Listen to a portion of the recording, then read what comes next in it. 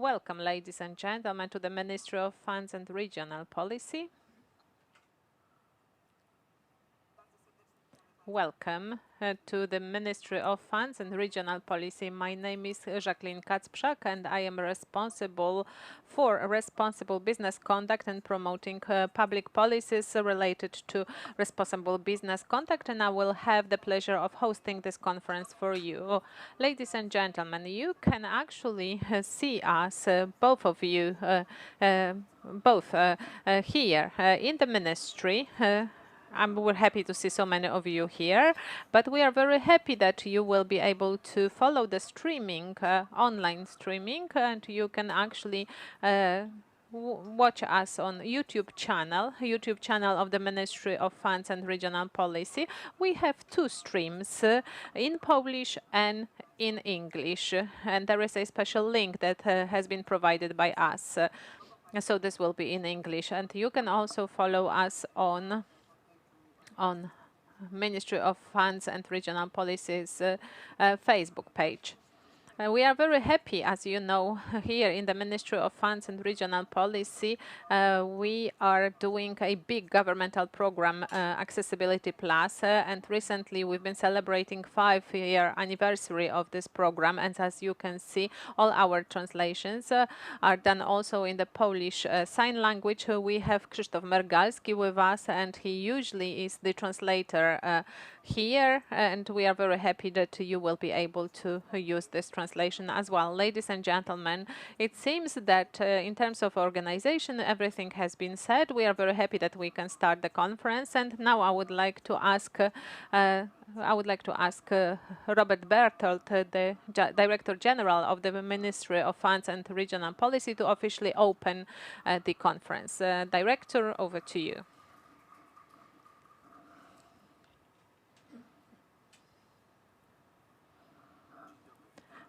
Good morning. Welcome, ladies and gentlemen. I am very happy that you came here to the Ministry of Funds and Regional Policy. I am very happy that you are following us online as well as around the world, not just in Poland, but around the world. And today's meeting is focusing on the OECD guidelines for multinational enterprises, which are the standard for the business. I am very happy, as usually, to be able to meet with you, especially when we are talking about those important issues connected with the responsible business conduct. I'd like to emphasize that OECD is a very important partner in international cooperation, and in the second half of the 1990s, the process of accession, Poland's accession to this organization and implementation of its standards brought us closer to the European Union. On the same basis, today we would like to support others, and we support the enlargement of OECD and adding new countries in our regions. We particularly strongly support the active support of OECD for Ukraine, and in accordance with the decisions of the Ministerial Council, from 2 weeks ago, it will be a national program that will support the implementation of post-war recovery of Ukraine, and it is supposed to also to support the accession of our neighbors on the path to join OECD and the European Union. Ladies and gentlemen, Polish ministries and central authorities take part in all activities of OECD connected with the green and digital transformation of our economy, transformation of our market rules, increasing the international cooperation in tax issues. We are especially interested in the economic reviews, and the recent review last year was a very important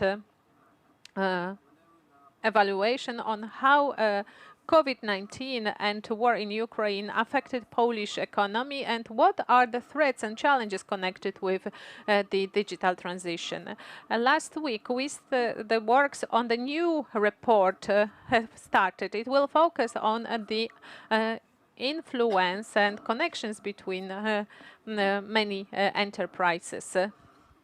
And the goal of this project is to increase the synergy between the activities and projects focusing on attracting international investors and promotion of innovativeness.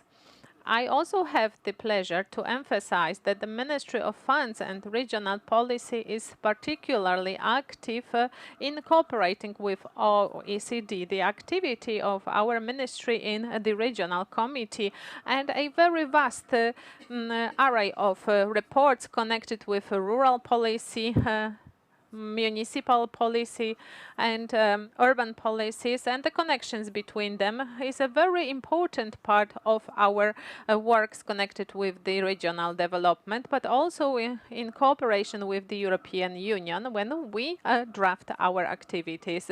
We also actively participate in the works dedicated to responsible business conduct. In February this year, Minister Małgorzata Jarosińska-Jedynek participated in the first in history meeting of ministries dedicated to responsible business conduct. The experts of our ministry have been actively participating in the works of this committee for the regional development, but also in other forms of cooperation. For instance, in local employment and local economic development committee, but also in the Committee for Responsible Business Conduct. Today's conference has been organized on the initiative of the Polish National Contact Point for Responsible Business Conduct. And this point has been appointed and functioning here at the Ministry of Finance and Regional Policy, and is part of the network of contact points in 51 countries right now. And today we also host the experts of OECD's Secretariat and other experts. They will be actually evaluating the works of Polish national points as part of the mutual reviews and peer review reviews. And the goal here is to review and work on the guidelines, OECD guidelines, and as a result we have the guidelines for responsible business conduct. Since 1976, when the guidelines have been accepted, they've been reviewed and updated. In 2011 we had an active, very important, where the part dedicated to human rights was being added and extended to business relations, and also we added a new term, which is the responsible business. And recently we had many consultations how to match the guidelines and the current trends connected with the responsible business conduct. As you know, the process of updating OECD's guidelines has ended in 2023, and the new guidelines have been accepted for multinational enterprises. Ladies and gentlemen, today is a unique opportunity to host the head of the working group for the responsible business conduct, Christine Kaufmann, the chair of the OECD Working Party on responsible business conduct. And Professor Kaufmann will present you the information about the updated guidelines, and we will learn about the role of many parties, representatives of many organizations and civic society who played a part in preparing those guidelines. And the new guidelines are a consensus of various stakeholders. And a new text of guidelines sets a new direction for responsible business for new decades to come, and responds to the most current challenges connected with climate changes, biodiversity, new technologies, and the issues connected with due diligence and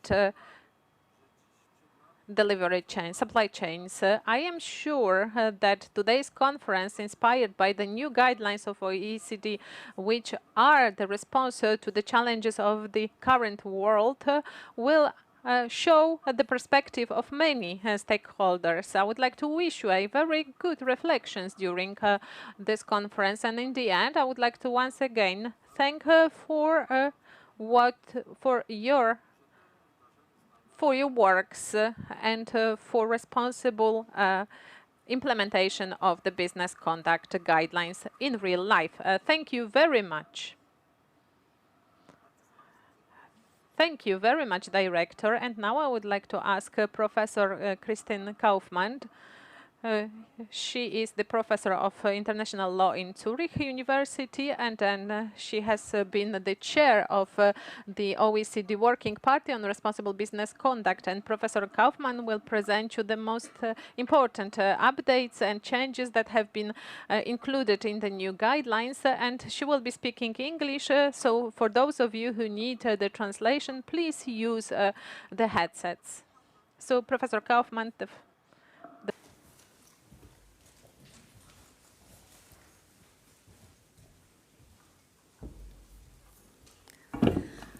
Dear Director General, dear organizers, dear participants, first of all, I would like to thank you very much for the warm welcome. It's really great. I'm very excited to be here. It's such an important event, and I have to say it's really outstanding how well it has been organized.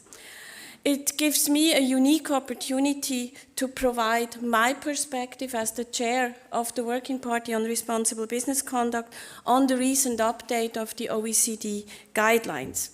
And you have heard it's been a long process. I wouldn't call it an easy process, but it was a successful process. And we heard from the Director General, the guidelines have been around for quite a while, in fact since 1976. And they have always thought to provide a compass for business to navigate what has become an increasingly complex and interconnected and globalized environment. We all know, and we heard it in the introduction of the Director General, business has a key role to play as a cornerstone of an inclusive, sustainable, and resilient global economy. As a society, we do want to encourage the positive contribution that business can provide, but we also at the same time have to make sure, and we expect business to minimize adverse impacts on people, planet, and society. And balancing these two is not always so easy. And this is exactly what the guidelines are all about. And I think it's important on a day like today that we remember what is the general direction of travel, what is the genuine purpose of the guidelines. They have been a success so far.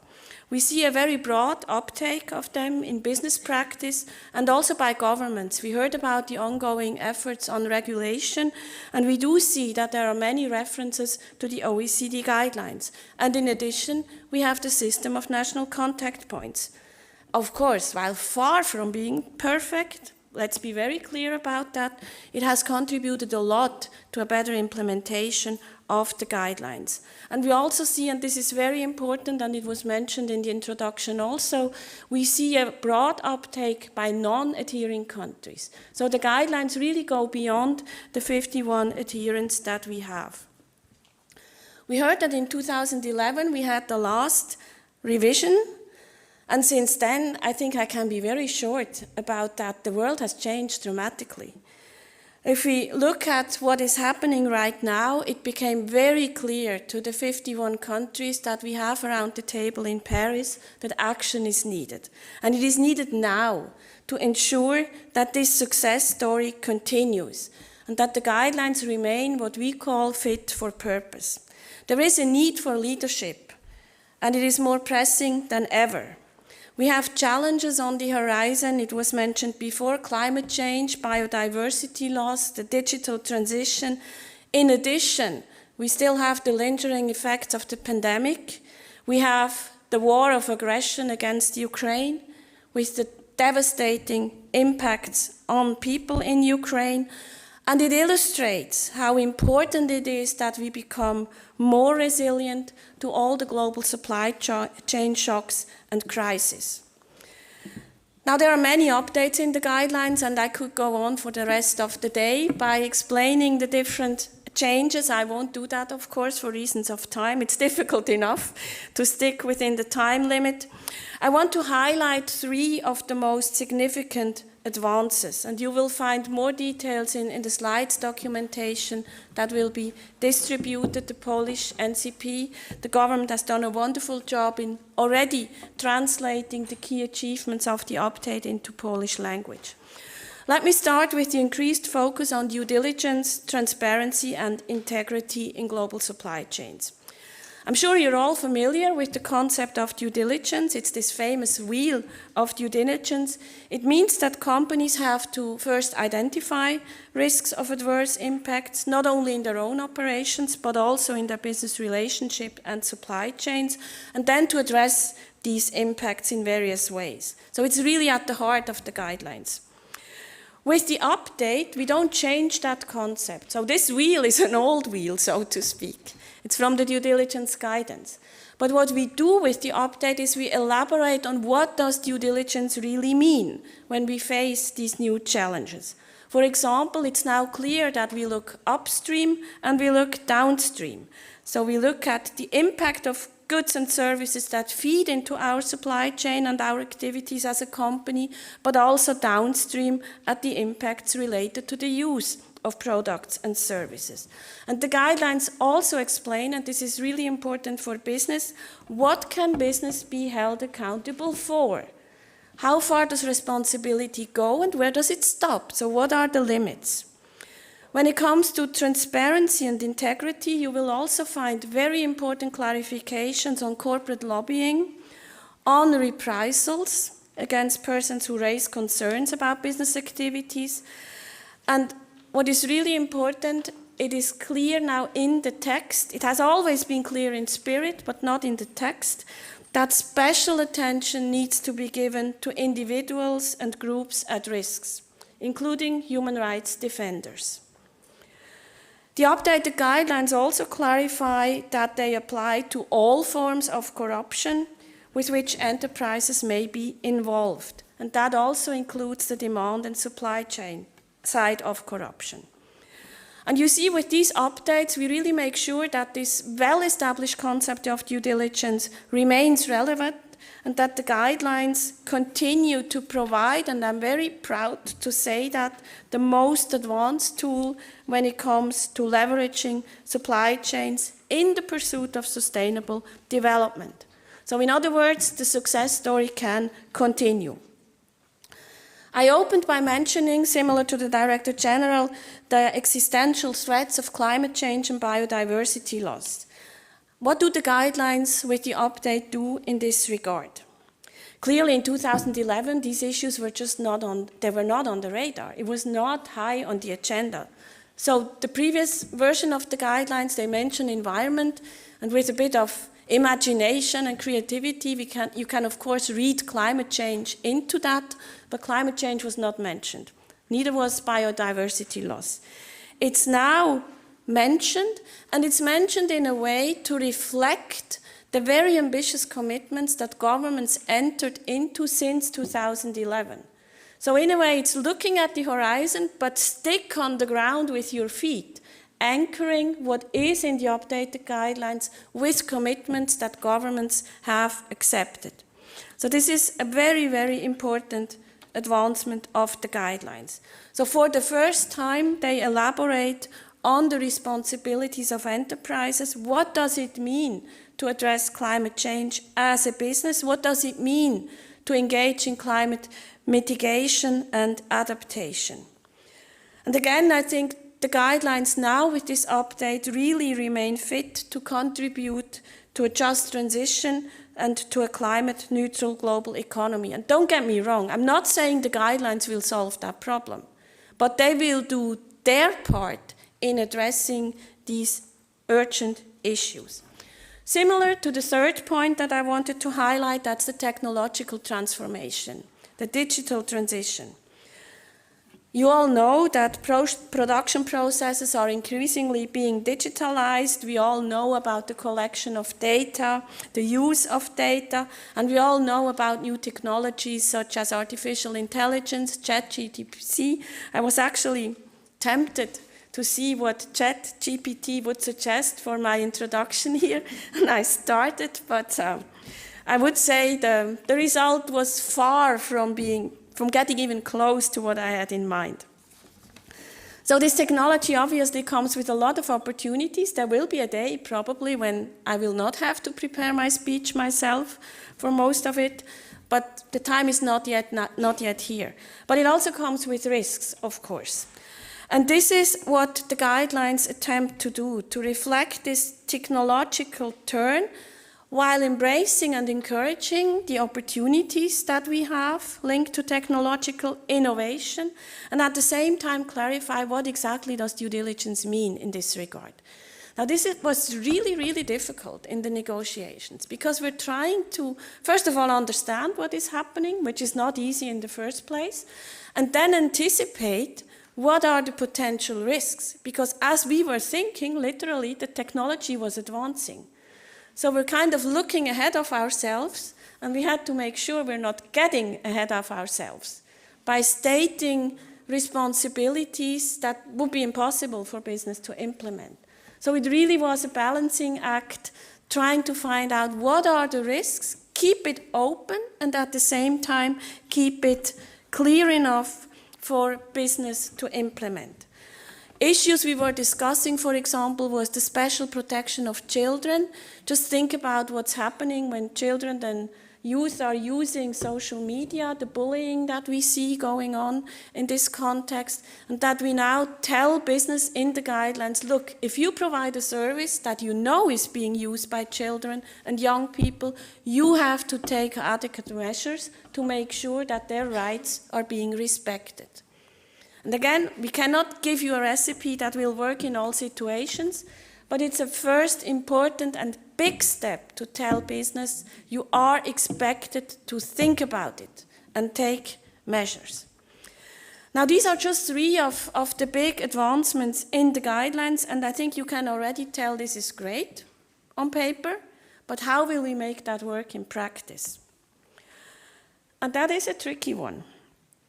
Clearly, we expect business to engage with the guidelines to the fullest, but governments also have a very important role to play. They need to provide what we call a smart mix of measures to tackle all these challenges. And all countries that adhere to the guidelines, we heard from Poland taking this commitment very seriously. All countries adhering to the guidelines have a legal obligation to establish a national contact point. Not any national contact point, but a functioning and effective national contact point. This is not voluntary. And this is why we're doing this peer review also, to make sure that these national contact points work. And we will hear in a moment more from my colleague Jacqueline Kapczak about how these national contact points are being addressed in the update.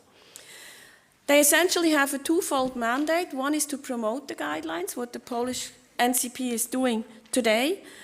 And the second is to provide an open and accessible non-judicial grievance mechanism when things go wrong. And things do go wrong. This is just a fact of life. And what we see, and this is also, I think, very important for you to keep in mind, sometimes people tell me, look, it's the OECD, it's not the UN, it's these 51 countries. Well, it's kind of nice, but it's not really that relevant, because in the UN we have 193. But the reach of the NCPs goes way beyond these 51 countries. They can address issues and cases not only taking place within their country, but also involving companies that have the headquarters within their countries. And if we do the math, we see that so far they have handled cases in way more than 100 jurisdictions and countries. So the reach is much further than you would think at first glance. And then what's also important when we talk about NCPs is that they can support governments. We heard from the Director General what's going on, and it's an awful lot going on that involves responsible business conduct. We talk about legislation, we talk about rebuilding Ukraine, recovery programs. Business is everywhere. Business is involved everywhere. So it's important for governments to have a clear picture what to expect from business. And the key word here is policy coherence. Least thing business needs is one government requiring different things in different contexts. It's very important for business to have clear instructions. If there are instructions, at least they have to be clear and coherent. Least thing we want is this spaghetti bowl of approaches that's very confusing. And again, this is where NCPs can play a very important role in supporting governments. So if I try to conclude with all these updates, I think it's very clear that the adhering countries took leadership on responsible business conduct, and it will benefit people in all countries. The process was open, it was inclusive, and it was thorough, which equals it was tough at some stage. But the result, I think, is really a good result, and I would like to thank everyone involved for their contributions, commitment, and support. Implementing this update now is not a sprint. It rather is a marathon. It is now time to walk the talk and to lead by example with concrete steps and measures so that the updated guidelines can effectively serve as what we call a cornerstone of an inclusive, sustainable, and resilient global economy at a moment of dire need. And with this conference, and I'm very pleased to see that the Polish NCP is really taking an important first step in this direction. And I would like to congratulate you again for this excellent opportunity to promote the updated guidelines. Let's hope that more will follow soon. Thank you.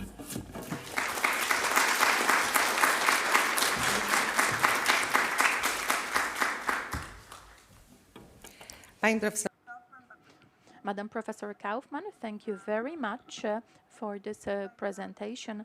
Those of you at the reception, you received a presentation with all the changes, all the you can follow that in English and Polish as the national contact point. I will just say a couple of words about the changes that are provided in the new version for the national contact points. First of all, these are three major changes for national contact points, aiming to improve the functional balance of the national contact points. And the second point is to better explain the mandate of national contact points and to ensure the better functioning of national contact points where potential violations of the guidelines by businesses are reported. And this applies to multinationals. As regards the functioning of national contact points, it is important and it has been emphasized in the new version of the guidelines. The national contact points have a new name, an extended name. These are national contact points for responsible business conduct, because as you will know, there are many different contact points. So in this case, we are emphasizing that this one deals with responsible business conduct. Another important thing is the correction and introduction of the definition of the effectiveness, like visibility, accessibility, transparency, and the neutral approach to the conducted cases. Another aim is to improve the stakeholders' trust in the national contact points. There is the introduction of the obligatory reviews. The reviews of the national contact points so far have been conducted on the voluntary basis, and now they will be obligatory. As regards the mandate and what the national contact points do. The first point is the description of the broader mandate. The national contact points of OECD are out-of-court mechanisms for disputes.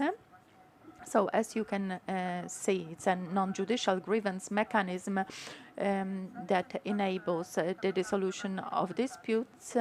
There are also recommendations. If the parties do not reach an agreement, it is also recommended in the new version of the guidelines that national contact points should publish statements on monitoring of the agreement made by the parties. Okay, so to another important point, like I mentioned before, there is the monitoring of the agreement, but there is also a certain new language pertaining to the strengthening of the national contact points role in promoting the OECD guidelines, particularly those pertaining to due diligence. As you know, due diligence in connection with the planned EU regulation as well has been especially important recently. And the third point that I mentioned, the cases conducted by the national contact points. We call them the specific instances in the jargon, and in Polish we call them the cases conducted by the national contact points. The important points or the expectations from the national contact points are as follows. They are expected to publish their procedures pertaining to the cases that they examine. And the examination will be done based on more clear and transparent criteria. We also added the role of the national contact points as regards the support given to the parties of the proceedings and in finding the most satisfactory solution, and a higher focus on transparency. And what's important, what has been also mentioned by Professor Kaufmann, an important element of the proceedings before the national contact point are the activities connected with counteracting the risk of repressioning the authors of the notification. Ladies and gentlemen, we started a little bit later, so we are slightly delayed, but we are moving on to the second part of our meeting. So this will be a short discussion panel about what was the involvement and the role of stakeholders in the process of updating the OECD's guidelines. So I have a huge pleasure to invite several panelists to come to the stage. So Professor Kaufmann, please join us here on stage. We would like to hear your opinion about how the works in the working party were. And I would like to invite Beata Faracik, the chair of the Polish Institute of Human Rights and Business Rights. What's important, Beata Faracik is also representing Polish organizations in International OECD Watch. This is an important organization for civic society. I would also like to invite the Responsible Business Forum representative Daniel Kiewra. He is the projects manager in the Responsible Business Forum, and at the technological exam right now for us. This will be a test for us. We will check whether the online connection works. I can see that she's with us, Lucia van Basterlak, the chair of the working group for multinational enterprises in the TUAC committee. It is a very important stakeholder for OECD. Lucia, we know each other personally because we often meet during the meetings of the working group for responsible business conduct. And I hope that you can hear us, and I hope that you will hear us, and I hope that you can hear the English translation. Can you say something to our participants in the room so we can check whether we can hear you? It works fine, thank you. Znakomicie, bardzo się cieszę. I'm very happy to hear that. So ladies and gentlemen, let me change my place. Let me go to the panelists.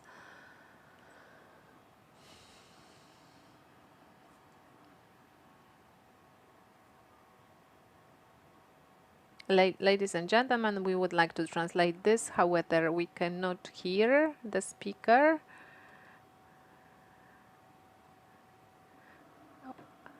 Interpreters apologize.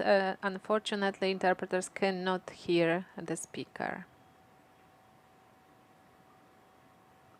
Unfortunately, we cannot hear the speaker. The microphone is not on.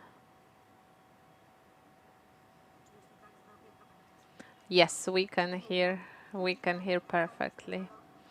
So we needed another take to pass the technological test.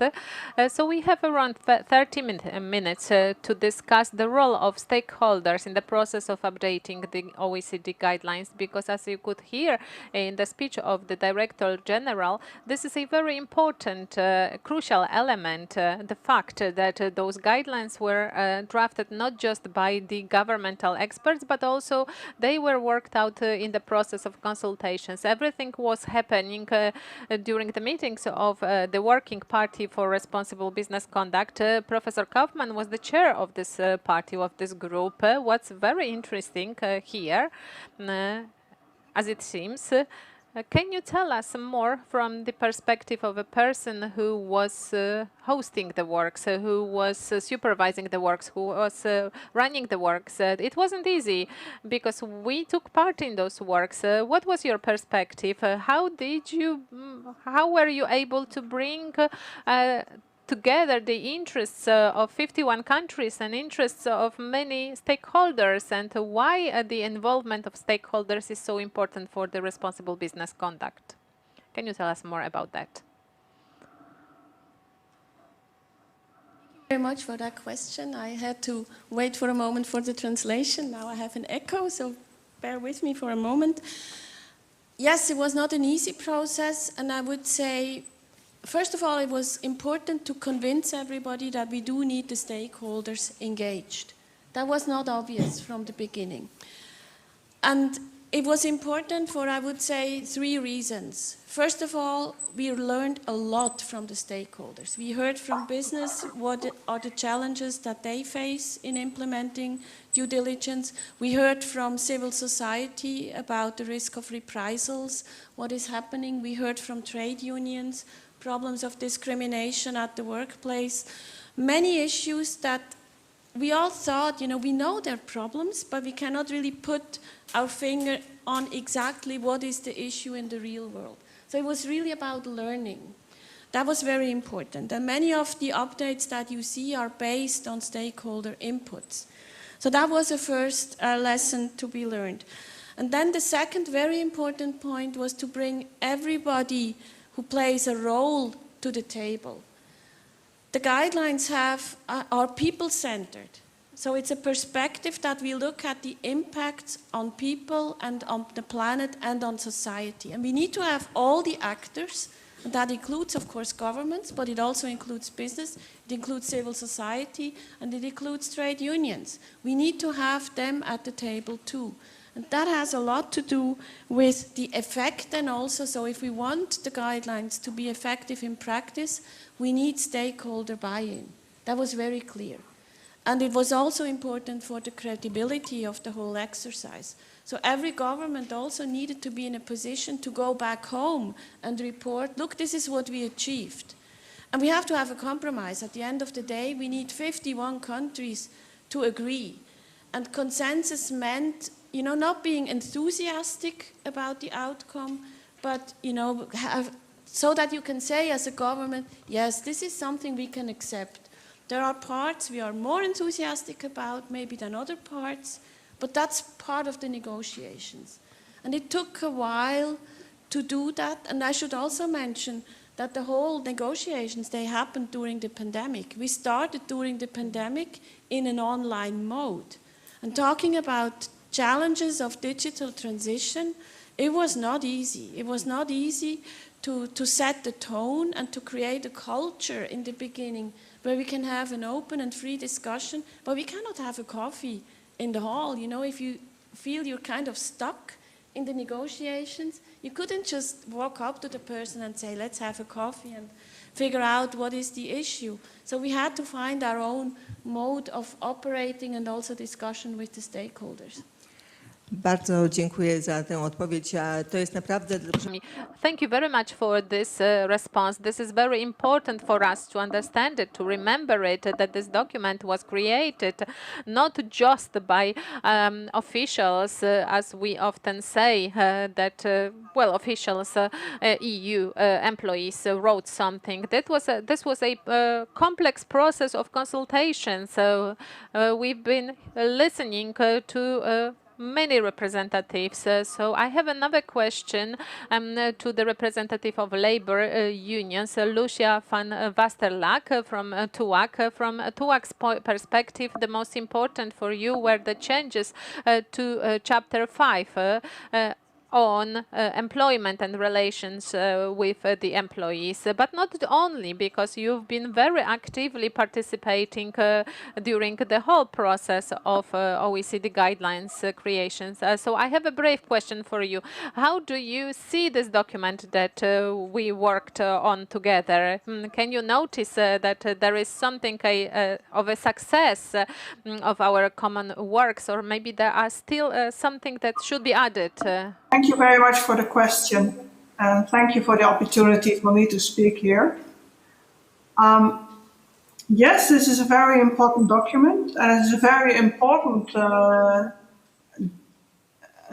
policy, like all these countries within the OECD that agree on the most important things that are about responsible business conduct. And we know that because we use these guidelines as they were as from the beginning. Also, of course, in the near future, they are good. They are sometimes even ahead of their time. They are better than what I would say the ILO produces, because they are very practical too. So the guidelines are about what in practice is needed to make people, in relation to the economies and the global economy, function in the best way possible for the business, for their own health and food and housing, etc., etc. So yes, of course, we are the representatives of labor. So we did work a lot on the chapter on labor, chapter 5. We have very good results that are about no interference of employers when it comes down to representing the workers they have to negotiate with. That's a very important point for us. More important points are about health and safety, important improvements there, and also about wages, and the best possible wages, not only in developing countries, but also in the so-called industrialized countries. Also very important. Of course, we see the very good and important improvements on environment, also on the stress of the participation of stakeholders, which is a common practice in the country where I work, in the Netherlands, but that's, I have to say, not very common worldwide or even within the OECD. There was also a very impressive statement made by representatives of indigenous people and their land rights that also now is much more better in the guidelines than they were. And of course, indigenous people and their communities are also affected by guidelines on the Chapter 5, labor. But they have so many issues being able to stay where they are in their living communities when it comes down to mining, or even in the near future, green hydrogen.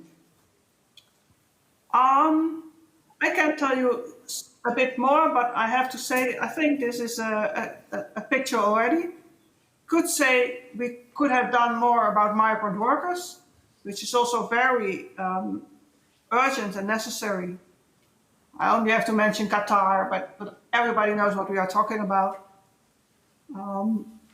Best possible wages, not only in those countries that I mentioned, but also to make sure that this remarkable condition that says where comparable employers may not exist. Well, these are things that are for the next update, but altogether, we had a good process. It was a lot of work, it took a lot of time. We communicated a lot with our governments, with the civil servants that did the negotiations on behalf of their governments. But we knew that when we started, and it is very worthwhile. Thank you. Bardzo serdecznie dziękuję. Thank you very much for this perspective and for the comments. It is particularly important that we could hear about the problems seen from a more global perspective, not just from inside one country. Although I need to emphasize that the Polish trade unions actively participated in the consultations of this document and submitted their comments, but the representatives of the trade unions could not be with us today, so it is even better that we could hear this global comment. We have Beata Waracik with us. Waracik, president of the board of the Polish Institute for Human Rights and Business, an organization that deals with the topics of respecting human rights in the operations of enterprises. And your institute focuses on respecting human rights in business. You also coordinate the actions of under the coalition of CSR Watch, a member of OECD Watch, a stakeholder, institutional stakeholder of OECD. You were also a very active organization during the consultations of OECD guidelines for multinational enterprises, and you are also following all that is happening in the area of international standards. Why, in your opinion, such documents should be updated? We know that this document was adopted a very long time ago. The previous update was in 2011. Can't we stay with what was agreed on before? Why do we have to update them? Thank you very much for this question. I will just add that we have the pleasure to coordinate the coalition CSR Watch in Poland. Members are like a dozen organizations, the Dajemy Dzieciom Siłę organization, or by responsible organizations that are maybe not so comprehensive as we are in the human rights in business, but they operate in broader domains.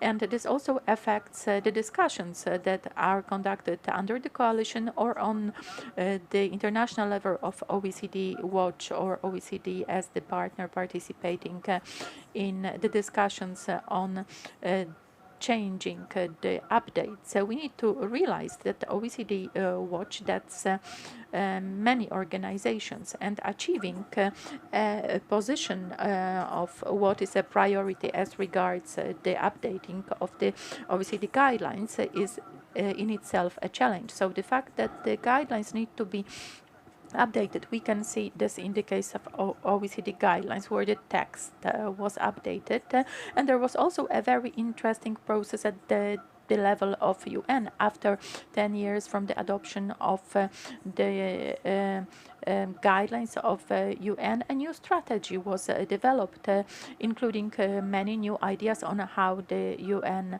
guidelines should be implemented. It was mentioned before that all the changes in the society, the impact of the pandemic, the impact of the situation that we are dealing with in connection with the war in Ukraine, all these things affect the functioning of business, of the business environment. And so there are some outdated frameworks. In practice, we can see that the frameworks are not precise enough, and this makes it difficult for the business and for other entities to function. And I believe a very important thing is, and it really happened, it is really good that the guidelines were updated now when we are before the last stage of the discussions regarding the due diligence directive. of the European Union, because there is no doubt now that due diligence should affect not just upstream but also downstream. Um, so at some point there were different interpretations, and this was not conducive for working out the common legislative framework at the EU level. So all the changes that were mentioned are important, are significant. I just want to emphasize, if you allow me, that due to the complexity of the process, also at the side of NGOs, like Christine Kaufmann said, on the one hand, as the civic society, we can see a big improvement and progress.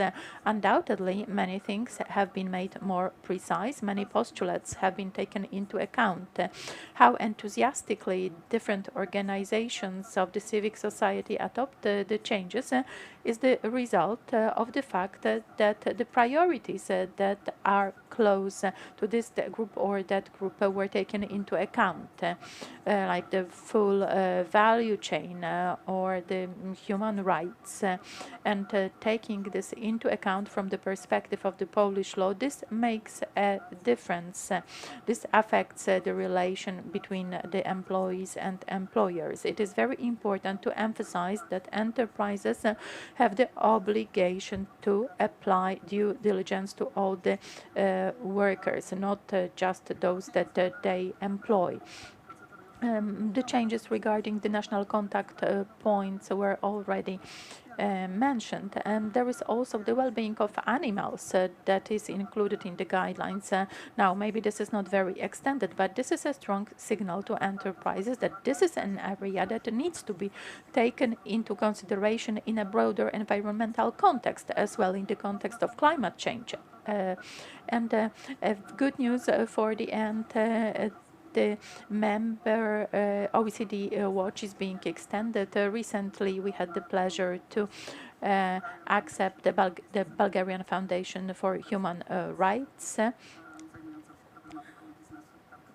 For business, Bulgarian Foundation for Business and Human Rights. And I believe it is worth emphasizing that the people related to the foundation underwent a training cycle on business and human rights. And we are certain, seeing the results of their work, that this organization will make a great contribution in the working of OECD Watch, which makes us very glad, because in Central Europe and Central Asia, there are not so many organizations addressing these topics, and this makes us happy when such organizations appear in the region.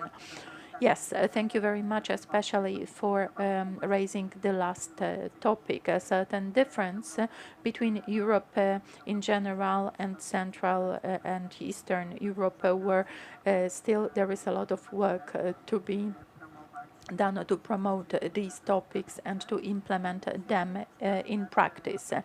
And a great example here is Daniel Kiewra, PhD, from the Responsible Business Forum, Poland's oldest organizations operating in the area of responsible business conduct. The organization has been in operation for over 20 years, and on the one hand has been implementing educational measures, popularizing various responsible business trends. Importantly, for over 10 years now, the forum has been running a competition for non-financial reporting. So the enterprises that prepare non-financial reports, and now these reports are called sustainable development reports. For some time I was a juror in this competition. You also comment on the events in the responsible business on the national and international level, and you have partnership with business, over 50 big enterprises which are leaders in the area of responsible business conduct are included in the partnership program. And now I'm approaching the question. So how did the Responsible Business Forum respond to the information that the guidelines were about to change, and to what extent did you manage to engage the business and representatives of your partnership program? Unfortunately, I cannot hear the speaker. Sorry. The microphone is not working, I believe. No, still nothing.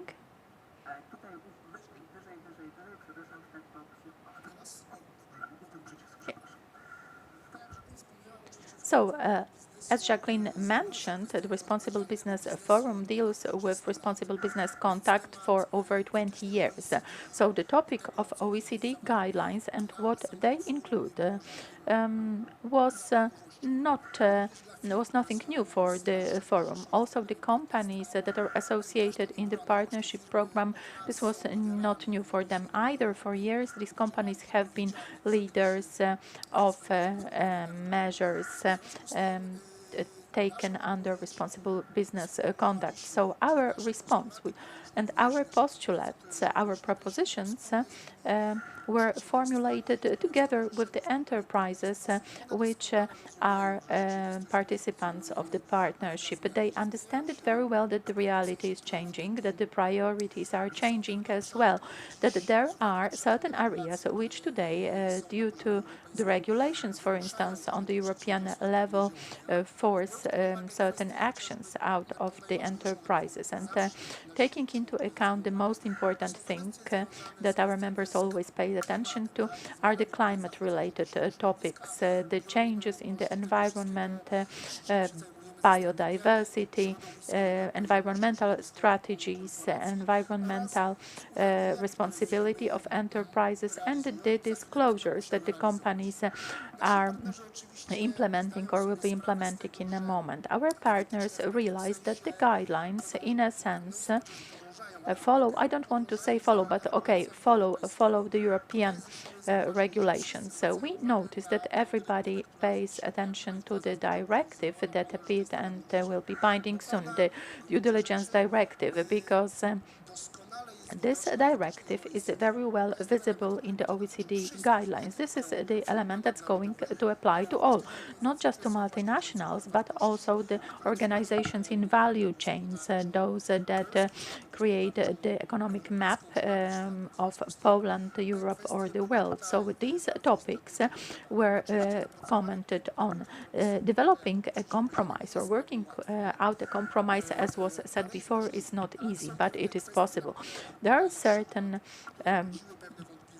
topics about which there were doubts. The last chapter about taxes, for example. But in most of the other areas connected with diversity, connected with climate-related topics, we were able, together with our partners, to work out a common position and propose a contribution, respond to the survey of the National Contact Point Poland and say what should change. Our partners, of course, not all to the same degree, because not all of them have time at the same moment. They made a contribution, they provided the information, and then we provided this to the National Contact Point of OECD. And now it's the matter of implementation. Like I said, most of the enterprises are big, but the key to success, the key to responsible business conduct, at least in the case of our organization, is the value change.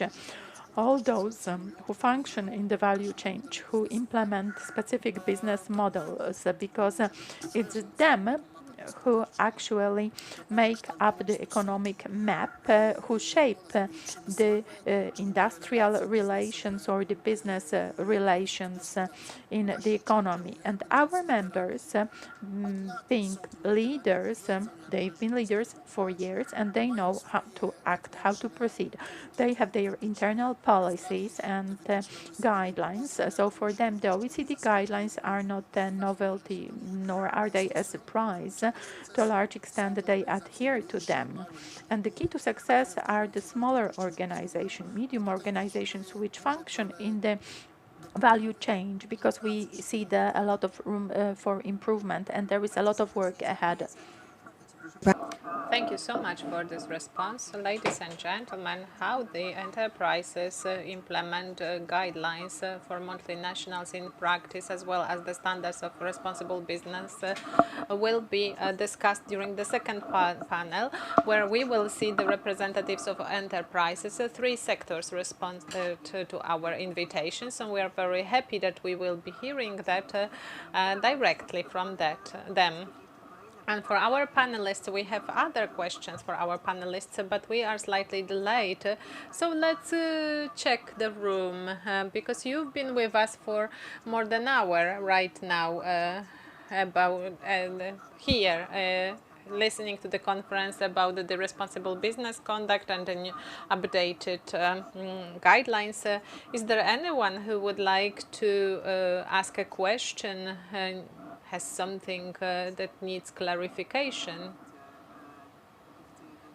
Well, I can hear two comments. Thank you very much, Arkadiusz Zalewski. I just wanted to ask from the practical perspective of implementation, a company that has no formalized practices of due diligence implemented, in a sense that there is a process of identification of the scheme, perfecting its process, and there is no such procedures, so we have no monitoring, no KPIs, analysis of risk, and response. Well, it is actually sent down to different levels where the employees are close to certain types of risks, can be called a company that meets the due diligence. Well, this is how I understand it in terms of taxonomy and sustainable development. So the first question is how to evaluate the enterprises in terms of implementation of due diligence. Piotr Kowalik, I wanted to ask, what is the area in the updated guidelines that will be the biggest challenge for the business? And the second question about what is the area in the updated guidelines that will be the biggest challenge for the enterprises? Well, go ahead. Would anyone like to respond, answer the questions? Let me actually give the answer to the second question. It seems that after the talks that we had in the Forum of Responsible Business, the most challenging will be the environmental area. It's not the most problematic, but there's the biggest amount of work that needs to be done, because we have legal regulations about environmental issues. There are some issues connected with environmental disclosures and regulations that will be connected with the supply chains or value chains.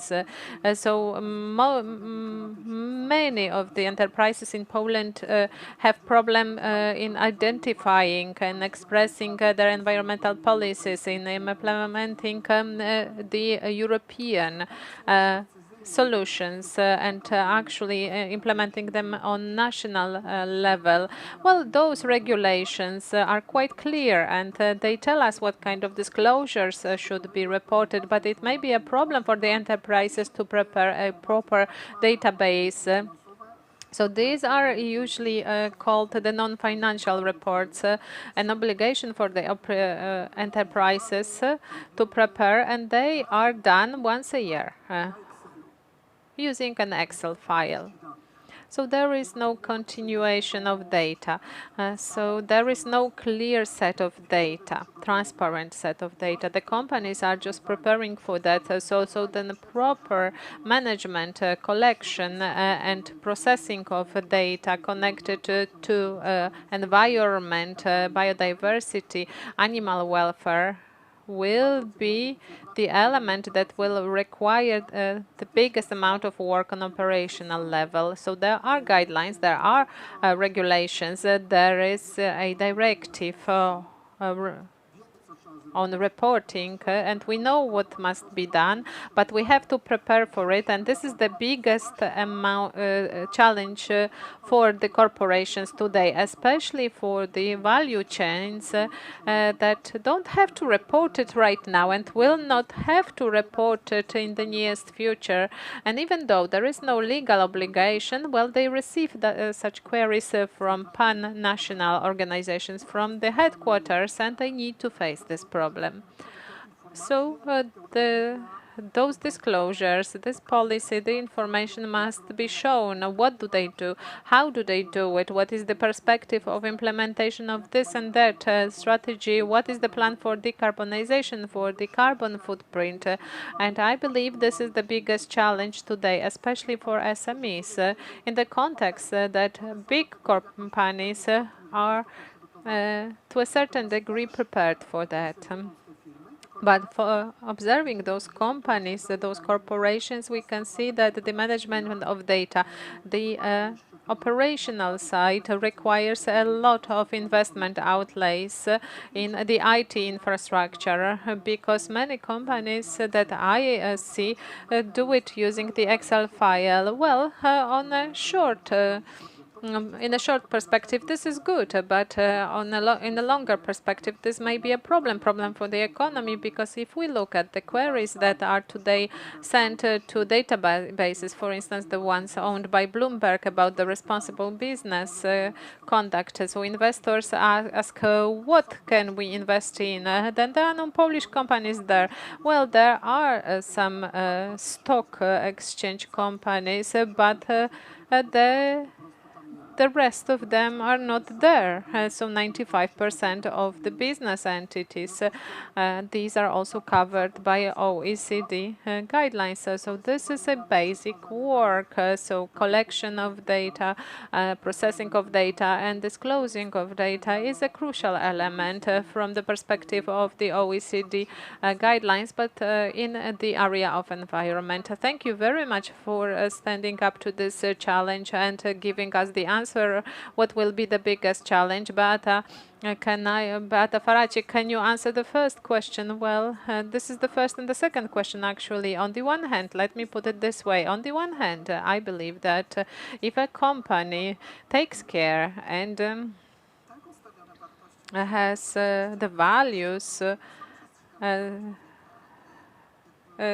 focusing on the human rights on every level, and remembers about the environmental issue, well, then in theory we would not need new policies. But I was disturbed by hearing what you said, that on the one hand the company is doing that, but on the other hand, how to actually evaluate it if the company has no, for instance, risk assessment. So if there is no risk assessment, then the risks are not diagnosed, even the most obvious ones, the ones that are that can be assessed or diagnosed. But there are some white spots, of course, because this is where the biggest risks and challenges are hiding.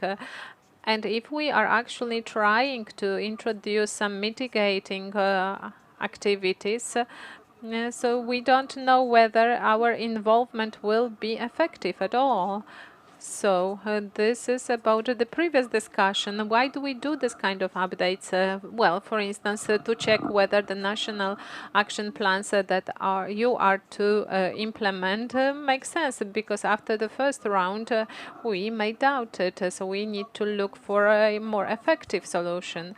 Answering the second question, well, in my opinion, there is no one global answer, because it depends on what the company cares for. Of course, the environmental issues are definitely, to a certain degree, just at the initial stage, but the companies know that we don't have this kind of numbers because we have a list of what should be reported, but they don't really look at that, see that they don't really diagnose the social risks and how they affect, for instance, employees or people in the value chains. A good salary is a problem that is quite common, but it has not been addressed no level. But many companies actually hire employees for 8 hours, but they expect people to come half an hour earlier, to start the system before the client comes, and then close the system. So after the work is finished, another person, the person stays half an hour longer. So this is 1 hour longer a day, which is unpaid hour. So this is about the breaks. And this is for the problem with not enough people hired. So the workers do more work, actually, not 100%, but 150%. Nobody is looking at it, and the National Inspection of Labor doesn't have the means to do it. Well, we expected that this issue connected with the work inspection could be continued by Lucia from the point of view of the employees. But Lucia, from your perspective of your labors, what can be the biggest challenge when it comes to implementation of the new version of OECD guidelines?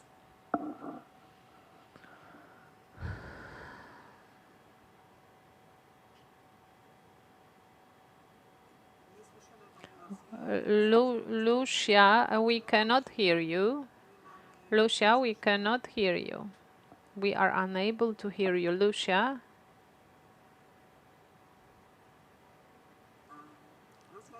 Lucia, can you stop for a moment because we cannot hear you? Please switch on your mic.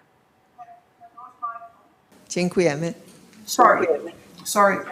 So I was saying that that the implementation of the guidelines is not an easy process. You really need to dive deep into everything that is being said in the policy documents and to think about your supply chain very well. So your participant that said we have no means, well, it's not about means, it is about the main policy and about knowing that your management knows about these guidelines and has to do something with it.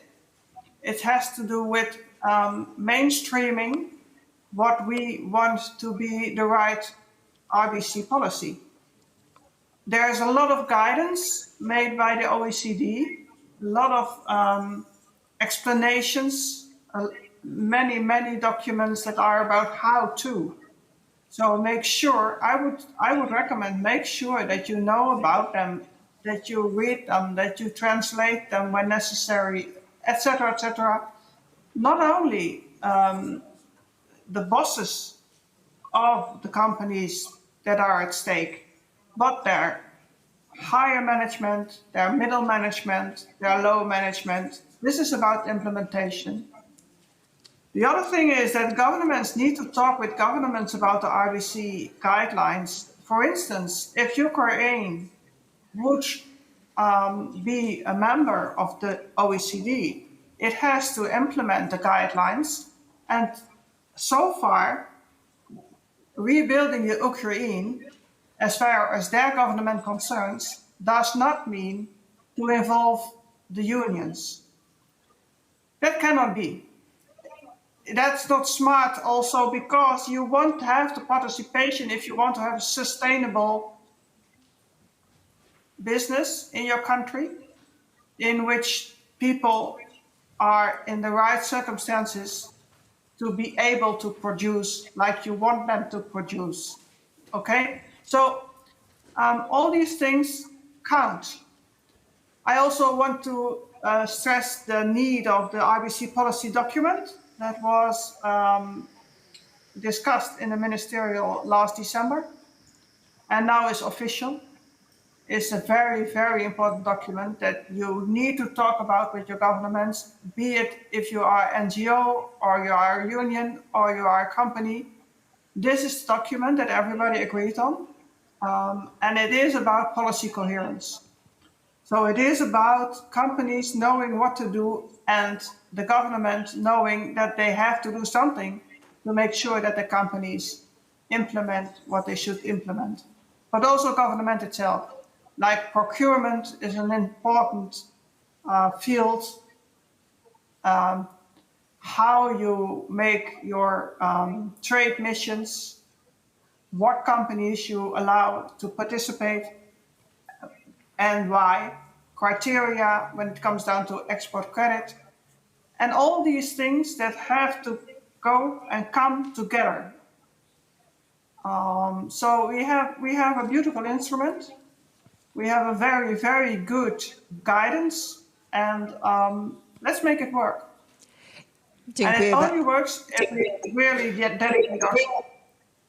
dziękujemy bardzo. Teraz właśnie wszystko. Thank you very much. Actually, everything is in our hands right now. I can see another person wanting to comment. Unfortunately, we cannot take this question, but our panelists will stay with us for the lunch. And now I just wanted to ask for a very short comment from Professor Kaufmann. What's most important for us? What should we remember from today's meeting, and what should we remember about for the future as regards the new guidelines of OECD? What's most important? Thank you very much for that question. I can be very short. It's implementation, implementation, implementation. We have to update the guidelines now. We have the text, but we need to make it work. And let me be a bit more specific. Why is it so important? We need to promote the guidelines now, and we need to convince all our stakeholders, business, governments, that they matter. And why do they matter? Because I would say they do have the eyes on the horizon, and the horizon is the urgent challenges. It's climate change, it's digital transition, it's biodiversity loss, it's disrupted supply chains. So we address these issues, and in doing so, we keep the feet on the ground, and that's the second important message. It's a balanced outcome. It was discussed with all the stakeholders, so the buy-in is there. But now we need action, and this is where I really agree with all the panelists and also what Lucia said. We now need to get serious about policy coherence. As a government, reach out to CEOs, make it clear you cannot claim you haven't heard about the guidelines. Sorry, this is over. You have to have heard about the guidelines, be it by a letter by your government, and then start implementing. And as a government, you need to bring the guidelines in all discussions you have, in all international organizations, in legislation. It's a no-brainer. It's the only way to make it work. Bardzo serdecznie dziękujemy, pani przewodnicząca. Thank you very much, Madam Chair. And now you have the question why the next panel, on the next panel we have representatives of enterprises. We'll be inviting them to the stage. Thank you very much, Professor Kaufmann. Thank you very much, Lucia van Westerlack. Beata Faracik, thank you very much, and Daniel Kiewra from the Responsible Business Forum, thank you very much.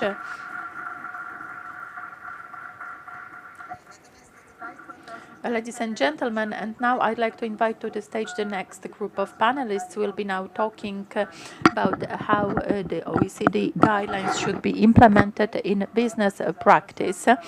Let me invite to the stage Madam Director Joanna Gorczyca from PZU, the insurance company. Joanna Gorczyca, Director of the Sustainable Development Office of PZU.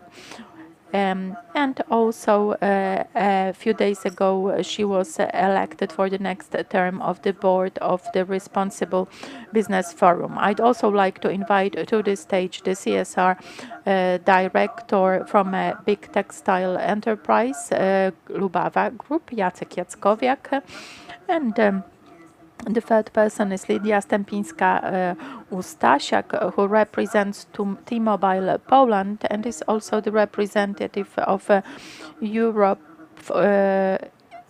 region in a group on the capacity building initiatives at the International Telecommunications Union. And the host will be Dominik Szostak, head of the CSR unit at the Ministry of Development, Funds and Regional Policy.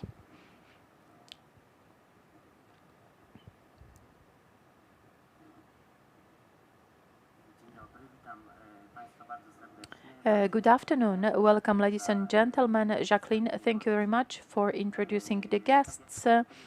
As has been said before, the aim of this panel is to take a more practical look at the updated guidelines and at what has been changed in the guidelines. Because we have relatively little time, I shall take the liberty to start with the questions. The first question is for Joanna Gorczyca, Director of the Sustainable Development Office at PZU. Madam Director is an expert at PZU responsible for this responsible development and the ESG standards. And let me quote, Madam Director, your comment from the latest non-financial report. Human rights and diversity are playing an increasing part in business management. We are seeing this in the current and planned regulations for responsible business and in the growing interest of ESG rating agencies. Social matters, including human rights, are more and more frequently a condition for sustainable development, which is very important for our external stakeholders. And now I want to combine this comment with what changed in the guidelines for multinational enterprises, namely in the new version of the guidelines, the concept of the multinational enterprise was introduced. And my question is, as a multinational company that PZU is, how do you approach social issues, including the protection of human rights from the point of view of a company that operates on many markets? Good afternoon, ladies and gentlemen. I'm happy the microphone is working and I do not have to intervene. The human rights protection policy is very important, a very important document at PZU. We are looking at our stakeholders from both the perspective of the clients that we cater to, the employees who are our great capital, but also in the whole value chain. This is a very big group. And like you mentioned, also a multinational group. Now the world is changing very quickly, and the cooperation and how we talk to one another will affect the direction of our business's development in the area of respecting the social, environmental capital. And this is also important to state here today that the corporate governance, transparency of the communication also needs to be taken into account. To focus on the very important group that is the employees, our employees, I will just say that PZU is a company that has 4 generations of workers. So we need to provide a diversified ecosystem.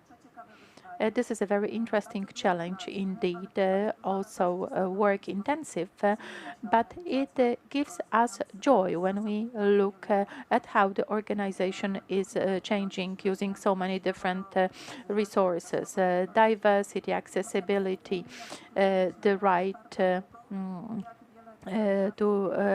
the freedom of speech. Many different rights can be mentioned. Do you use the experience of the companies from your group operating abroad? Yes, of course, because we, considering the specific nature of our business, our system is focused on the client. But there are different types of activities because PZU group, that's a few countries, a few kinds of activities, different insurances, the banking offer, the assistance offer, health insurances. That's such a big financial conglomerate. And if we don't see one another, we will not be able to responsibly manage the business. My second question is to Jacek Jackowiak, CSR Director of the Lubawa Group. The director was an active member of the working group for worker relations under the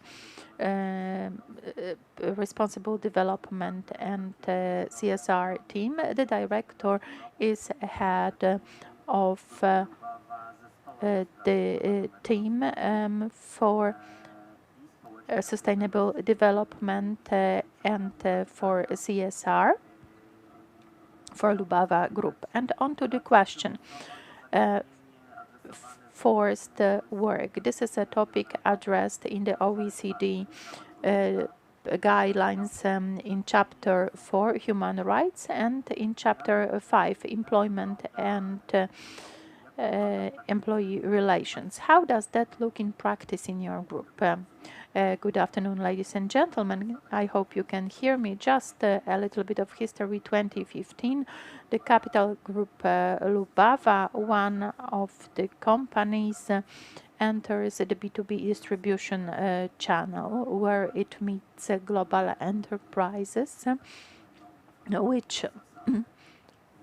which rely on the principle of ethical standards and sustainable development standards, SWA, OECOVATIS, TCC, and so on. And it was then when we started to manage this. We did not manage this with processes and commercialization, but we applied good practices, best practices. So it was back then when the awareness of the organization started to mature. After some time, we moved to the declarative formula in year 2017. We need to be transparent in line with the Reporting Act, but something is still missing. And to refer to the question that was asked a moment ago, if we do not implement this into the business model, and if this is not in the value chain, it will not work. It will remain declarative. It cannot be so that the human rights are one thing and the guidelines and the processes of the enterprise are quite another thing. But every business focuses on what? On the profit. All the capital companies are focused on the profit.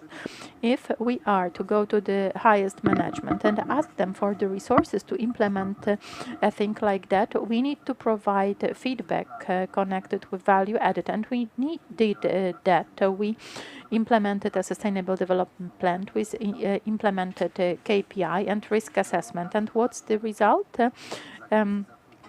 Now we increased the efficiency of the employees from 75% to 90% and more. So this is the value added, the values that can be calculated. Of course, all the tools, the whistleblowers, the communication channels. I would take a lot of time talking about that. And I don't want to overstay my welcome, but this is working, that I can tell you. And who assesses us? It's the market that assesses us. Institutions like the international auditors, Intertech, UL, our global clients. So if we are to participate in a tender, we need to have this. For Coca-Cola, for example, we have a specific number of points. For EcoVadis. So this is not just declarations. So maybe I was really brief, but I do encourage you to implement and have processes for this. And there is the dimming wheel, there's PDCA, this is constant improvement. So there needs to be a group that oversees that. There is the CSR group, like you said, that oversees that. I'm at the lead of this group. I know that maybe doesn't sound modest. And this involves audits, active, reactive, but also external audits or Let me tell you one more important thing before I give the floor to another person. In Poland, we need to find a source in every business of forced labor. For us, the source were the temporary agencies. So if we have a cotton business, there is a government, a state as a source of forced labor. And if we find the source, if we evaluate how it affects the economy and the situation, then we will know what to do. I have one short question. Do you promote your activities outside of the company? Do you teach others? Have you thought about that? Is it done in any way? At this point of time, I have to say that no. But I think that Beata, who's with us, the director of the Human Rights Institute, under which I was working in our working group, she was the leader, well, will promote our way of commercialization of this activity, which translates directly into the business and added value. Thank you very much. Let me move on to the third panelist, Lidia Stępińska-Ustasiak. She is actually a public affairs expert in T-Mobile Poland, a representative of Europe region in group on the capacity building initiatives at the International Telecommunications Union. And my first question is connected with your recent Sustainable Development Report of 2021, as I believe it is. And you say there that you published the diversity inclusion strategy 2021-22, describing that at least 50% of women will be hired as managers, 80% of employees should perceive T-Mobile as diverse, friendly, diversification friendly, integration friendly place, open to people with disabilities. And now moving on to the guidelines, a better protection of people and groups at risks.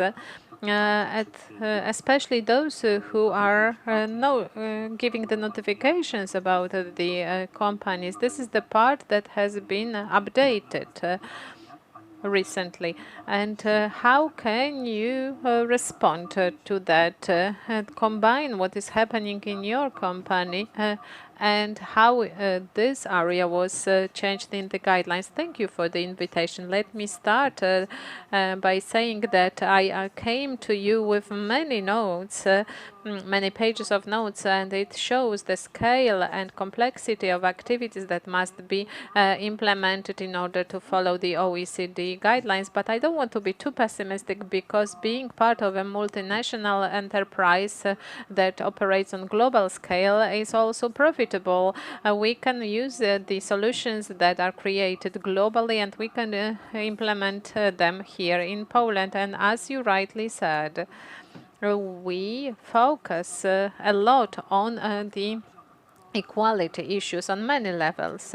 On the procedural level, we try to protect the equality and inclusiveness by meeting the requirements of the labor law, but also by following internal procedures, for instance, counteracting unequal treatment or mobbing. We also have a code of conduct that talks about those issues. And we also have a declaration of value in T-Mobiles, but documents are documents. It's important that they are not just paper documents or online documents. We want to make sure that every employee, when is taken on board, is trained in this regard.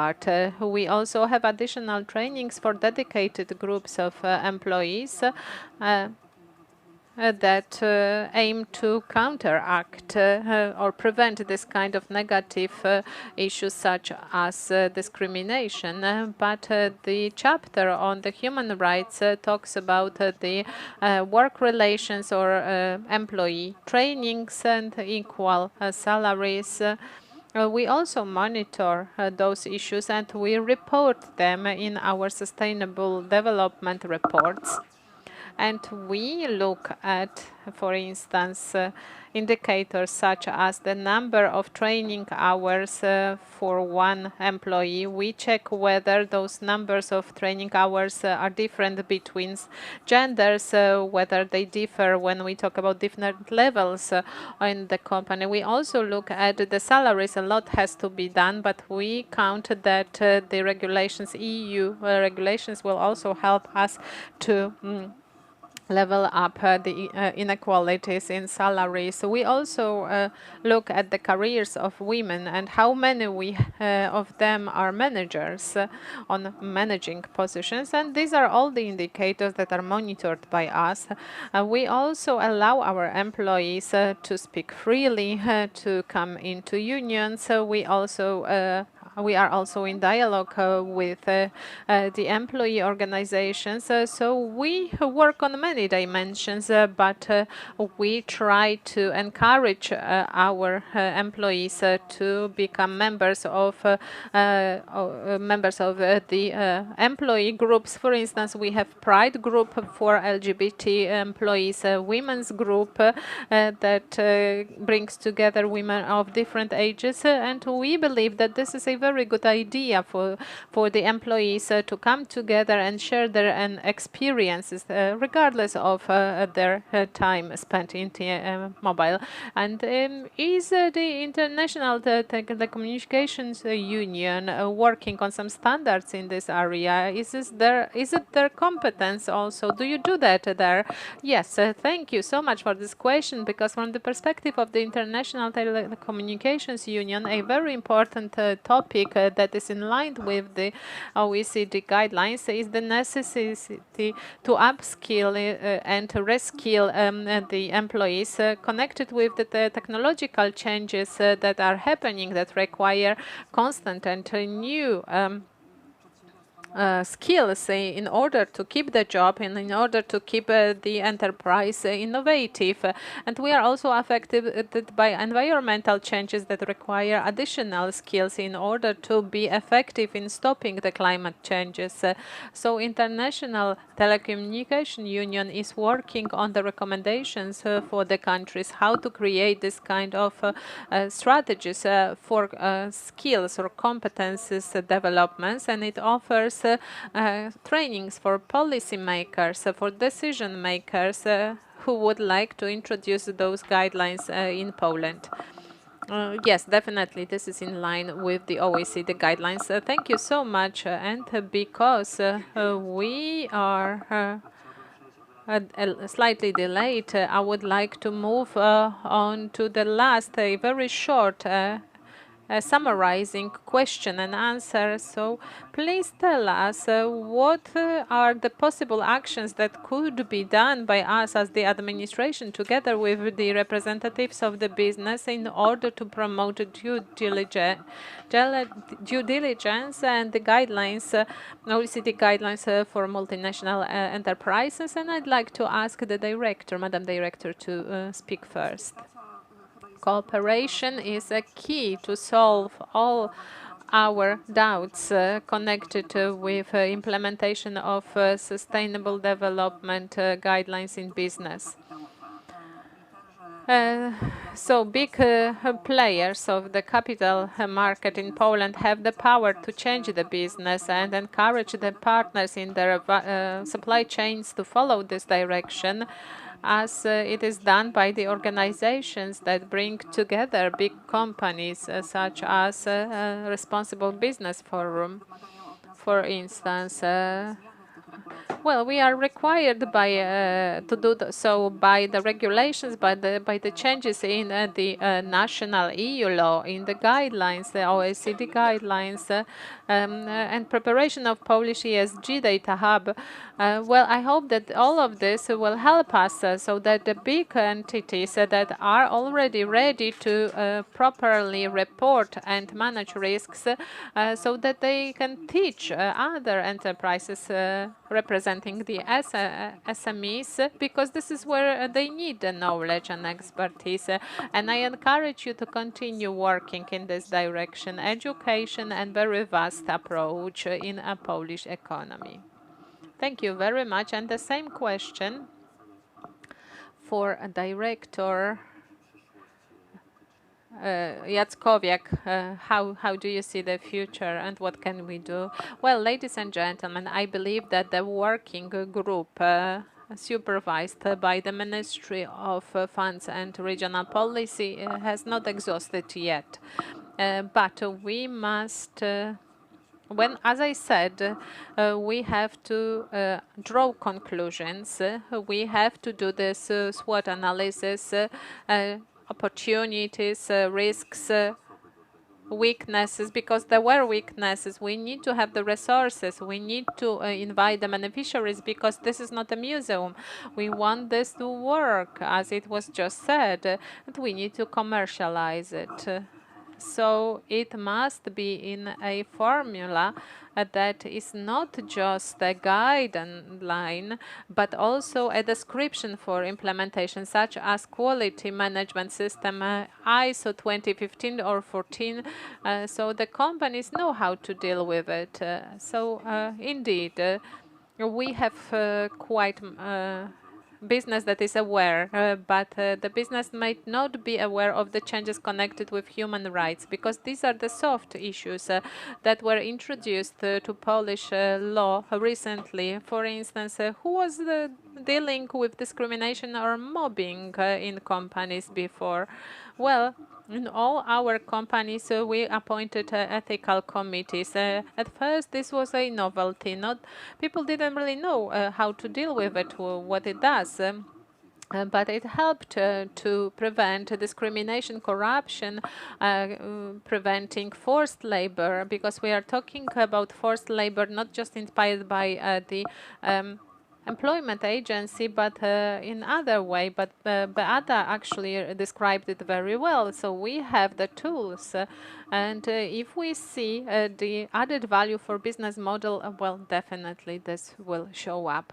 Thank you very much. And the same question for our third panelist. I can see two areas, dimensions. The first one is directly for you and for us, representatives of the companies, because as I said, when you are part of a big organization, it's easier to implement some things, but there are more SMEs in Poland that go outside of Poland and become multinationals. And they have no such resources, such as big companies, big divisions and departments that are experienced in quick implementation of changes. So I think that the platform of exchange of knowledge and good practices would be quite useful for such entities. And the other dimension is more vast. And this is a space for the whole public administration. So this is the need of building a bigger awareness in equality issues. Also the need to introduce legal changes that will make it easier to level up the chances, opportunities on labor market for women and men, especially those who are at risk of exclusion. So education, and we need more awareness on all levels. Thank you very much. Thank you very much for all your responses. And shortly wrapping up what you have actually focused on. So cooperation, first of all, cooperation between administration and business, continued works of the working group and the team for social responsibility of enterprises, creation of a platform where we could share our knowledge, as well as legal changes that aim at leveling up the opportunities of different groups. Once again, thank you very much for participating in this discussion, and I think I can give back the floor to Jacqueline Kacprzak, who is the host of today's meeting.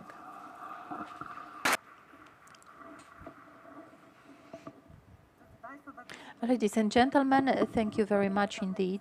We want to thank the panelists. Thank you for your time. Time is precious in business. Thank you also for your openness to cooperation and being with us together here at this conference.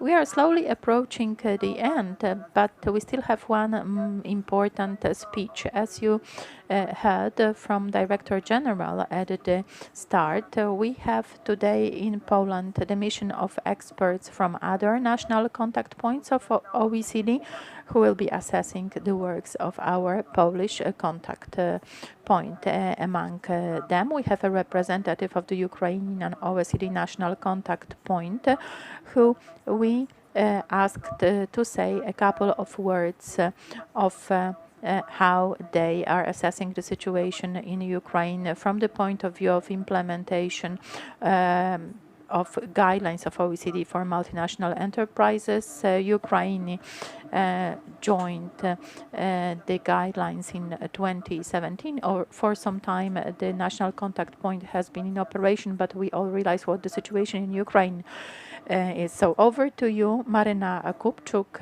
the Ministry of Economy of Ukraine and the Ukrainian OECD National Contact Point. The floor is yours. Thank you.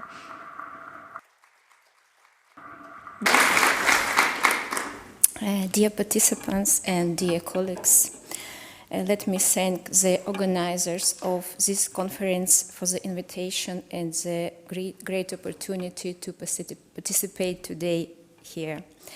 In this difficult time for us, when full-scale Russian military aggression is taking place, we would like to express our sincere gratitude to our colleagues from Working Party on RBC, Investment Committee, OECD Secretariat, and NCPs, and our Polish colleagues from NCP and from Polish Institute of Business and Human Rights, and all Polish people for their great support and solidarity with Ukraine.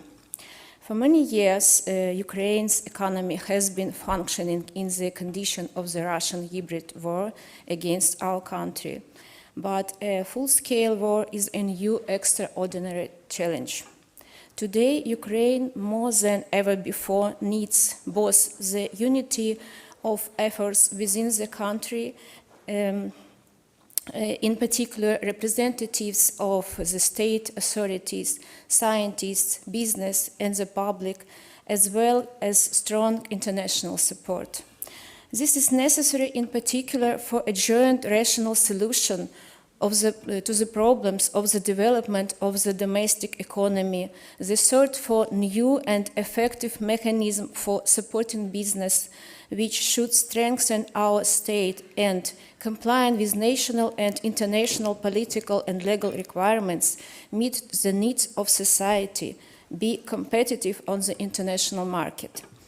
A powerful level for creating a favorable business environment, ensuring the progressive growth and competitiveness of Ukrainian business, is the close cooperation of our state with the European Union and the Organization for Economic Cooperation and Development, in particular with regard to the implementation of the Association Agreement of Ukraine with the European Union and a number of OECD principles and standards. The government is working on improving the condition for doing business in Ukraine, including the development of programs for attraction investments and introduction of the mechanism of their insurance in conditions of martial law, deregulation, etc. At the same time, we are aware of the importance of international principles and standards of RBC, ensuring respect and strict observance of human rights by business entities, as stipulated by the United Nations Guiding Principles on Business and Human Rights, the OECD Guidelines on Responsible Business Conduct, and the United Nations Agenda in the field of sustainable development for the period up to 2030. As a result of the war, Ukraine suffered great losses concerning the civilian population, as well as objects that are necessary to ensure the livelihood of cities, villages, etc. A large part of the buildings and other objects that were damaged by the Russian aggressor need to be restored because people don't have normal accommodation, state authorities cannot function properly, medical institutions cannot, as it was before, provide assistance to injured persons. For most of these challenges, businesses, society, and the government gave a joint decent response, and today we can see a gradual breakdown for negative trends. And despite the horror circumstances in which we live, Ukrainians continue to work for the restoration of the economy and the establishment of all conditions and services necessary for life. And today the question of restoring the country, its development and reconstruction is on the agenda. In the conditions of the Russian invasion, Ukrainian business is doing incredible things, providing its commitment to international principles and standards, expressing respect for human rights, trying to save the country from an ecological, economic, and social disaster, to reduce the consequences of this terrible war. At the same time, the invasion of the Russian Federation to Ukraine demonstrated that a significant part of businesses did not withstand officially declared corporate policies tested under extreme conditions and needs revision. This especially applies to companies that worked or still work in the market of the aggressor country.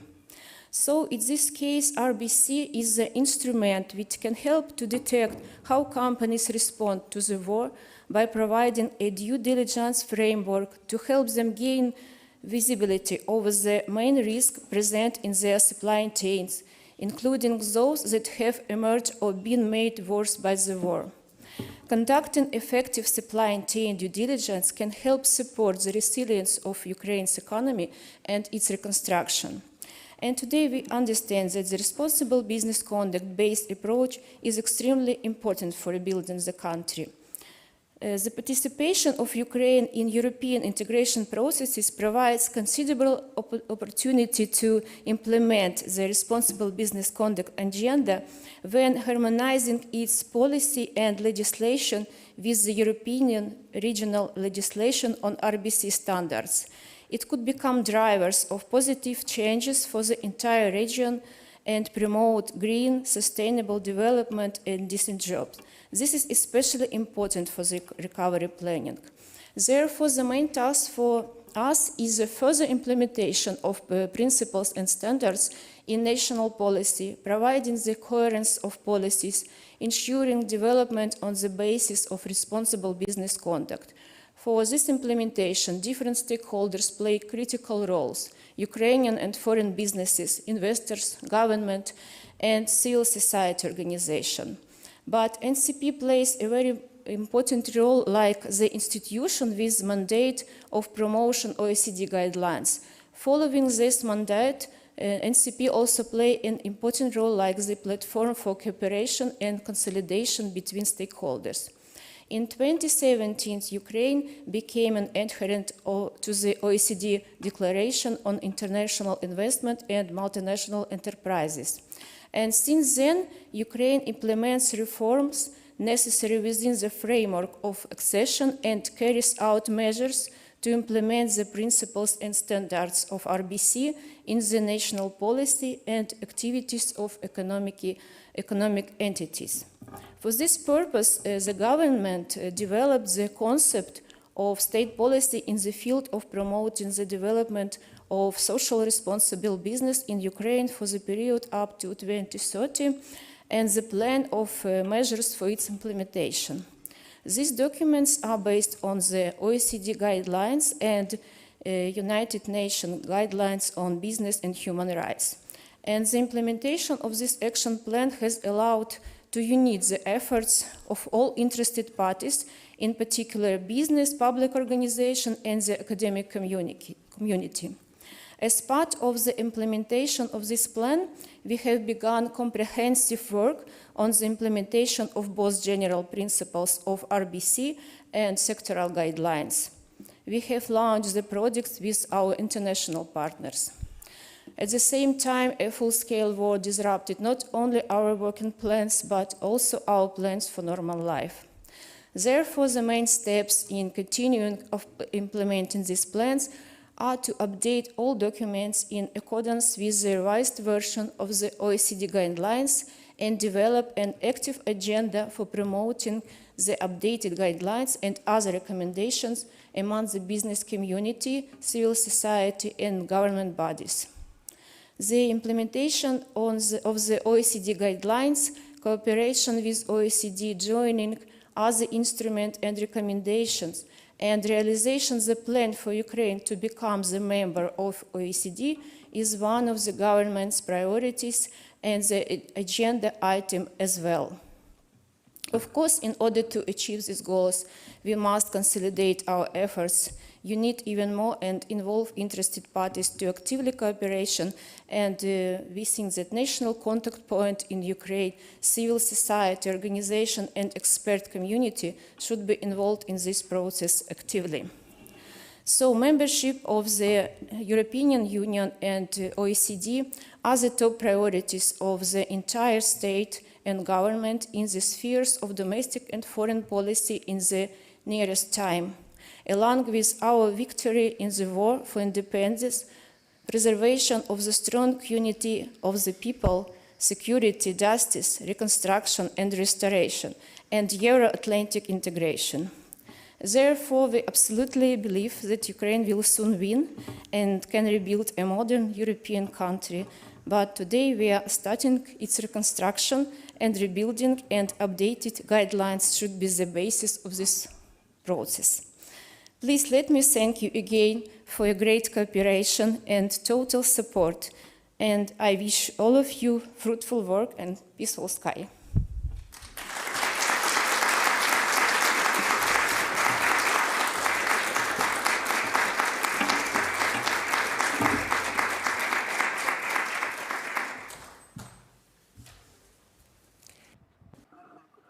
Marina Kupczuk, the Ukrainian national contact point of OECD. Thank you so much, ladies and gentlemen. We are coming to the end of our conference, and now I'd like to ask the Director of the European Affairs and International Cooperation, the Department, the Ministry of Development of Funds and Regional Policy, Monika Kusina-Pecińska, to wrap up the conference.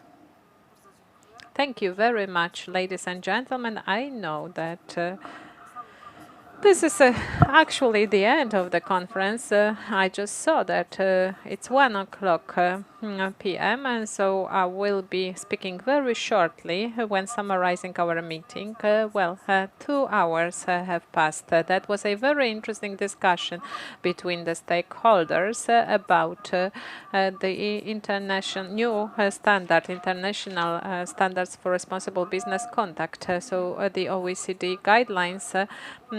But before I talk in more detail, I would like to thank Marina Kupczuk, the expert from the Ukrainian Ministry of Economy, where the national contact point is appointed, for your presence, for your words, for being here with us personally. And as Director General has said today at the beginning of our conference, Poland is actively supporting the activities of OECD for the post-war recovery of Ukraine and the accession of this country to OECD. And we, as the Ministry of Funds and Regional Policy, were the national contact point for responsible business conduct, is located, hope for a more cooperation between Polish and Ukrainian contact points.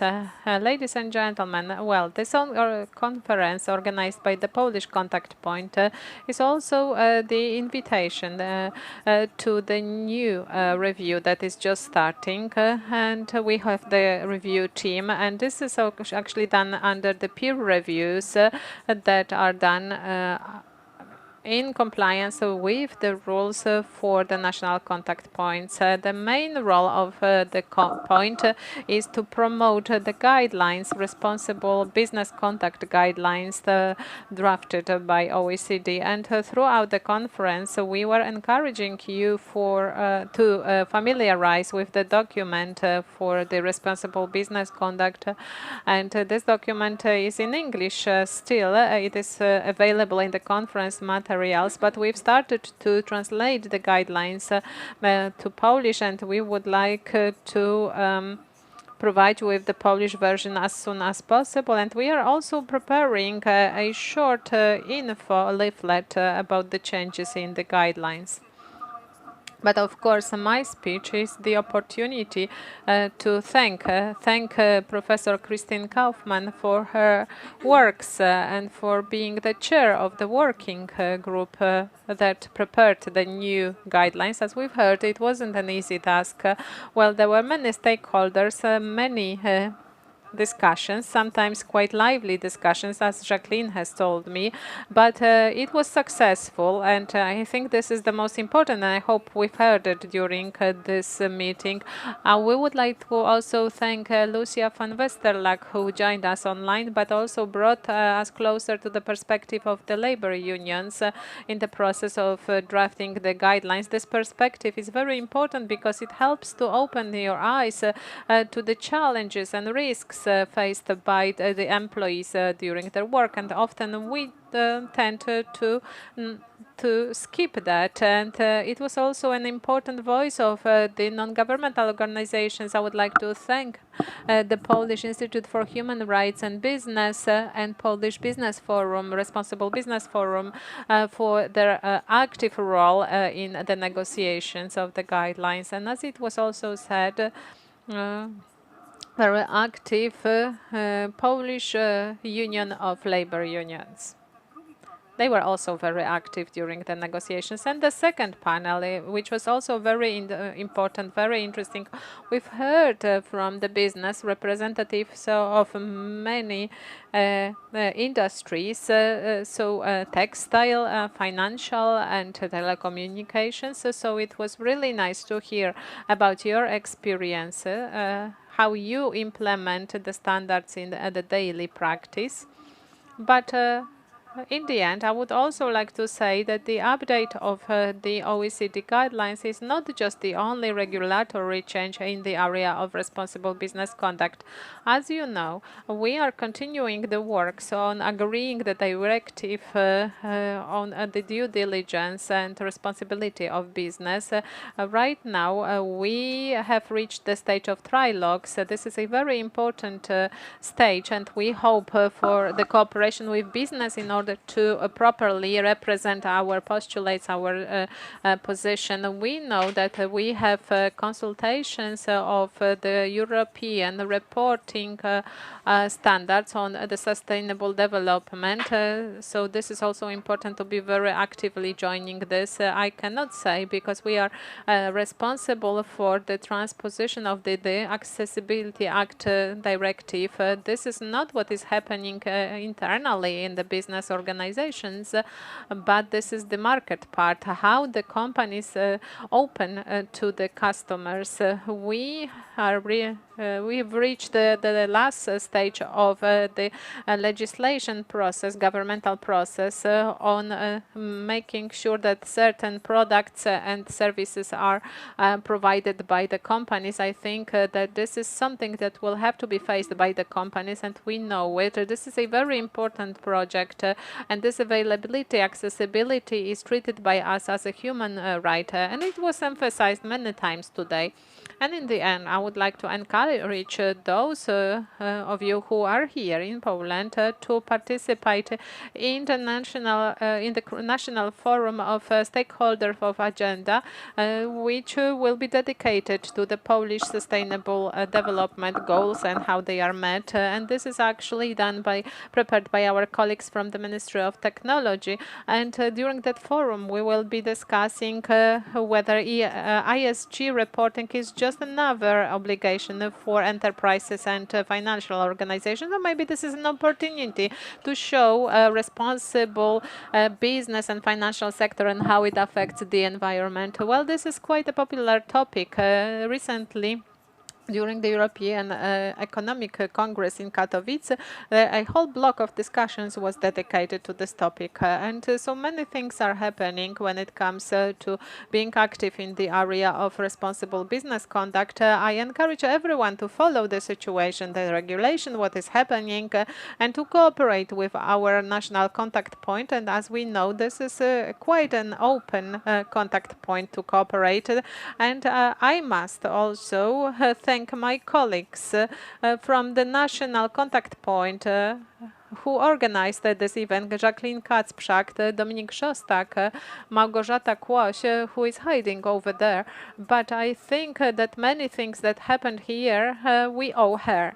And I would like to thank the technical team and the translators. I'm closing the conference. Thank you so much for joining us online. And I would now like to invite our guests to lunch. Thank you very much, ladies and gentlemen.